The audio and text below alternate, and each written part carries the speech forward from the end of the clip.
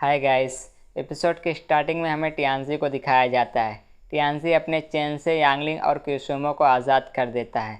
यांगलिंग टियानजी के पास आती है और उसके सामने झुककर मास्टर कहती है। ब्लड मर्क्यूस कहता है, तुमने तो मुझे सरप्राइज़ दे दिया, और अपनी पावर को एक्टिवेट कर लेता है।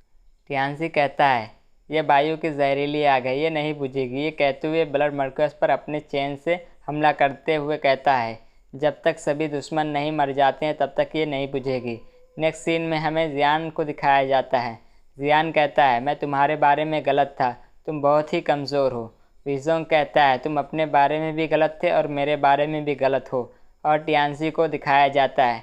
टियानजी कहता है, मैं यहाँ किसी की मदद करने नहीं आया हूँ, और ब्लड मर्क्यूस पर हमला कर देता है और कहता है, मैं यहाँ सिर्फ तुम्हें मारने आया हूँ। ब्लड मर्क्यूस कहता है, तुम सिर्फ हमेशा मेरे रास्ते का काटा रहे हो। और हमें जियान को दिखाया जाता है। जियान विजोंग के तरफ बढ़ रहा था।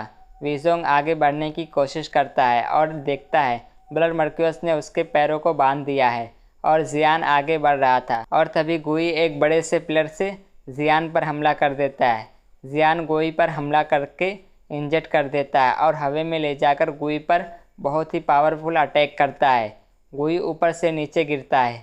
ऐसा लगता है कि गुई की सारी हड्डी टूट गई है और विजोंग भी उसके पावर को रोकते हुए आज़ाद हो जाता है आइस से।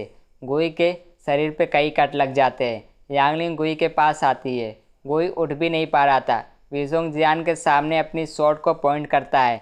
टियानजी गुई से कहता है, इन्हें दूर ले जाओ। गुई कहता है, वह मुझे यहाँ से जाने नहीं देंगे, और अपनी पूरी ताकत लगाकर उन दोनों को वहाँ से ले जाने लगता है। और ब्लड मर्क्यूस नोंगियों को देखता है और उसको याद आता है कि उससे भी पहले मिल चुका है और उनके पास जाने लगता है।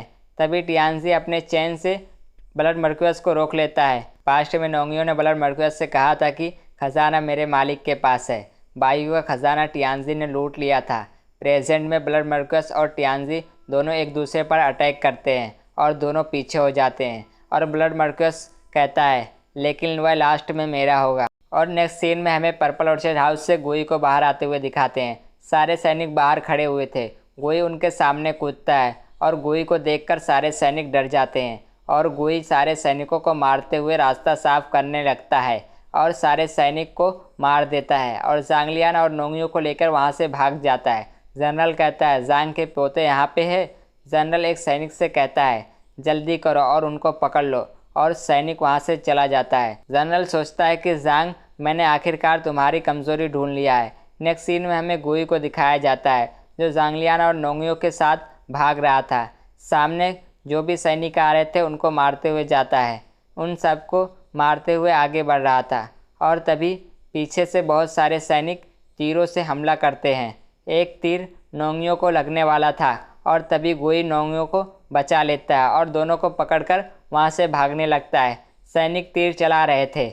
गुई पर उनका कोई असर नहीं हो रहा था और सारे सैनिकों की चीखने की आवाज़ गुई पीछे देखता है और हमें निजजिनो को दिखाया जाता है, जो उन सबको मार दी थी। और हानफे को दिखाया जाता है, जो उनके सामने आता है और कहता है, आप लोग यहाँ हैं। और नेक्स्ट सीन में हमें बैटल में दिखाया जाता है। ब्लड मर्क्यूस कहता है, तुम सिर्फ एक शतरंज के चाल हो, फिर भी तुम खेल खेलना चाहते हो, कितना मूर्ख हो। यह सुनकर टियानजी अपने चेन से ब्लड मर्क्यूस पर हमला कर देता है।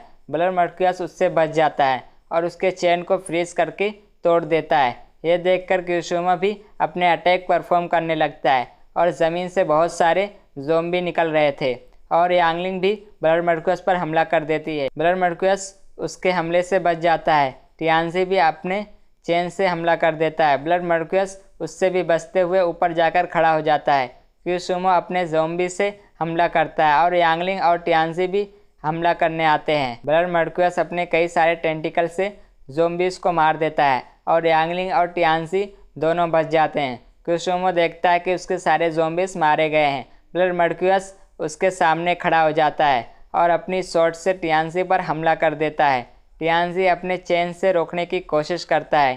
टियानजी कहता है, अगर जनरल को आपकी सच्चाई के बारे में पता चला तो। ब्लड मर्क्यूस कहता है, मैं ही हूँ, नाइटफॉल हूँ, अब मुझे जो चाहिए वो मुझे दे दो। टियानजी कहता है, आप अभी भी वायु के खजाने के बारे में सोच रहे हो। ब्लड मर्क्यूस कहता है, यहाँ ऐसा कुछ नहीं है, जो तुम छू सकते। आपके पास इतनी कीमती चीज़ है, यह बर्बाद है। आपको खजाने की तलाश नहीं करनी चाहिए। नेक्स्ट सीन में हमें हानफे को दिखाया जाता है। ज़ांगलियान हानफे से कहता है वीजोंग वहाँ पे है। हानफे कहता है वीजोंग के सामने जो दुश्मन है वो बहुत ही पावरफुल है। ज़ांगलियान कहता है फिर तो हमें जल्दी उससे बचाना चाहिए। और हानफे उसे रोकते हुए कहता है ज़ांगलियान, आपकी पहचान छुपानी बहुत ज़रूरी है। तुम और नोंगियो मेरे घर में जाके छिप जाओ। और आगे जाते हुए मिस जूनो से कहता है मिस जूनो, चलो उनका बैकअप लेते हैं। मिस जूनो कहती है आपके पास प्लान है? हानफे कहता है मेरा एक साथी है, एक बहुत शक्तिशाली साथी है, हमारे सौदे का हिस्सा है। और हमें एक बॉक्स को दिखाया जाता है जिसके अंदर से ब्लैक ऑरा निकल रहा था। शायद हानफे की स्वॉर्ड उसके अंदर है। नेक्स्ट सीन में हमें बैटल का सीन दिखाया जाता है। वीजोंग कहता है एक तेज तलवार अक्सर कमज़ोर दिल को ढक लेती है। आप पहले की तरह ही कमज़ोर हैं। और जियान अपने किसी पावर को एक्टिवेट करने लगता है और वहाँ का सारा छत टूटने लगता है। वीजोंग भी इस पावर से हैरान हो जाता है।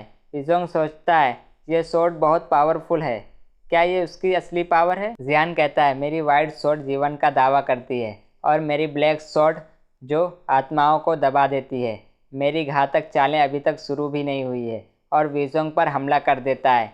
वीजोंग उसके हमले को बहुत मुश्किल से रोक रहा था और जियान अपने स्वॉर्ड से वीजोंग के स्वॉर्ड को उसके हाथों से छुड़ा देता है और अपनी स्वॉर्ड से वीजोंग को बहुत बेरहमी से इंजर्ड कर देता है। और जियान अपना फाइनल अटैक करने लगता है। सारे असेसन की पावर देखते हैं। वीजोंग जियान के कंधे पर अटैक कर देता है और सारे असेसन जियान के अंदर आने लगते हैं। उसकी वजह से जियान की पावर बहुत ज़्यादा बढ़ जाती है और उसका अटैक भी बहुत ज़्यादा बढ़ जाता है। और जियान अपनी पूरी पावर से वीजोंग को नीचे गिरा देता है। नेक्स्ट सीन में मिस जूनो देखती है पर्पल ऑर्चिड हाउस में धमाका होता है और तभी हानफे को कुछ होने लगता है। हानफे के हाथों से ब्लैक ऑरा निकल रहा था और हमें वहाँ पे हानफे की स्वॉर्ड स्पिरिट को दिखाया जाता है। मिस जूनो बिना हानफे को देखे वहाँ से जाने लगती है।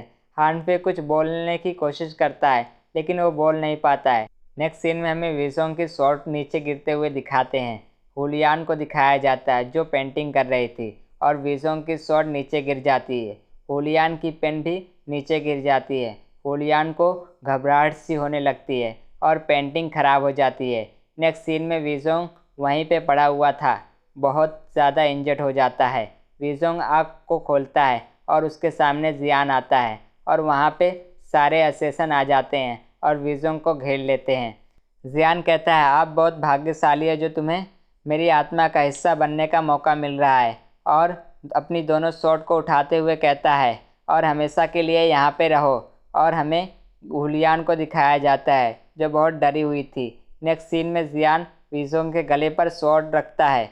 वीजोंग ऊपर देखकर मुस्कुराता है। जियान भी ऊपर देखता है और सारे असेसन भी ऊपर देखने लगते हैं। और वीजोंग ऊपर देखते हुए कहता है मुझे उम्मीद नहीं थी तुम यहाँ पे आओगे। और हमें ऊपर मास्टर गायनी को दिखाया जाता है और हमारा एपिसोड यहाँ पे ख़त्म होता है। जो सब्सक्राइब नहीं किए वो लोग सब्सक्राइब कर लो प्लीज़ और लाइक भी किया करो यार।